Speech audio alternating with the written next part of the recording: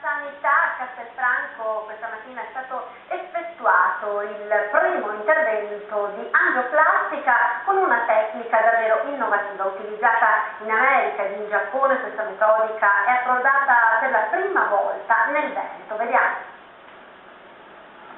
Su 10 casi ne sono stati scelti 2 pazienti selezionati per determinate caratteristiche mediche. E questa mattina l'equipe di cardiologia di Castelfranco, diretta dal primario Carlo Cernetti, assieme al professore Masahiko Chiai dell'Università di Yokohama, hanno dato il via al primo intervento di angioplastica con una tecnologia innovativa.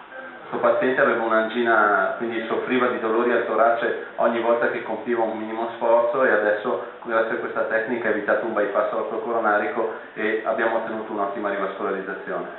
Intervento che è durato 2 ore e mezza. Una tecnica straordinaria messa a punto da dei colleghi giapponesi che si pone come fine di riaprire arterie coronariche che sono chiuse da molti anni e che con le tecniche tradizionali non è possibile portare a termine.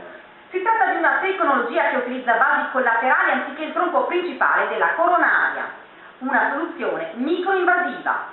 Tecnicamente il rischio è decisamente inferiore rispetto alle tecniche tradizionali anterograde, perché in queste il rischio di avere fenomeni di perforazione e quindi di complicanze per il paziente è più elevato. Una tecnologia che da alcuni anni viene utilizzata in Giappone. Il primo caso riportato è stato nel 1990 negli Stati Uniti attraverso un bypass aortocoronarico, è stata ricostruita l'arteria nativa. Diciamo che si è iniziato a lavorare seriamente in Giappone dal 2003 in poi con una casistica molto elevata.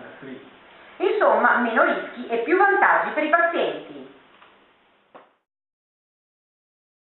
Parliamo di sanità. Oggi a Castelfranco c'è stato un importante intervento di chirurgia coronarica effettuato da un luminare giapponese. Allora vediamo di che cosa si tratta. Evitare un intervento a cuore aperto utilizzando una delle più innovative tecniche microinvasive per curare gravi patologie coronariche. La nuova frontiera della cardiologia passa da Castelfranco attraverso le pazienti mani del dottor Masahiko Chiai, professore alla Showa University Northern di Yokohama. Chiai è uno dei maggiori esperti mondiali nella cura e nella ricanalizzazione di arterie coronarie occluse. La sua tecnica utilizza cateteri microscopici. Tramite una piccola incisione all'altezza dell'inguine o sul braccio, a seconda dei casi, il filo guidato raggiunge, sfruttando una strada collaterale che si sviluppa fisiologicamente, l'arteria ostruita, che con uno stent molto più piccolo di quelli tradizionali viene riaperta.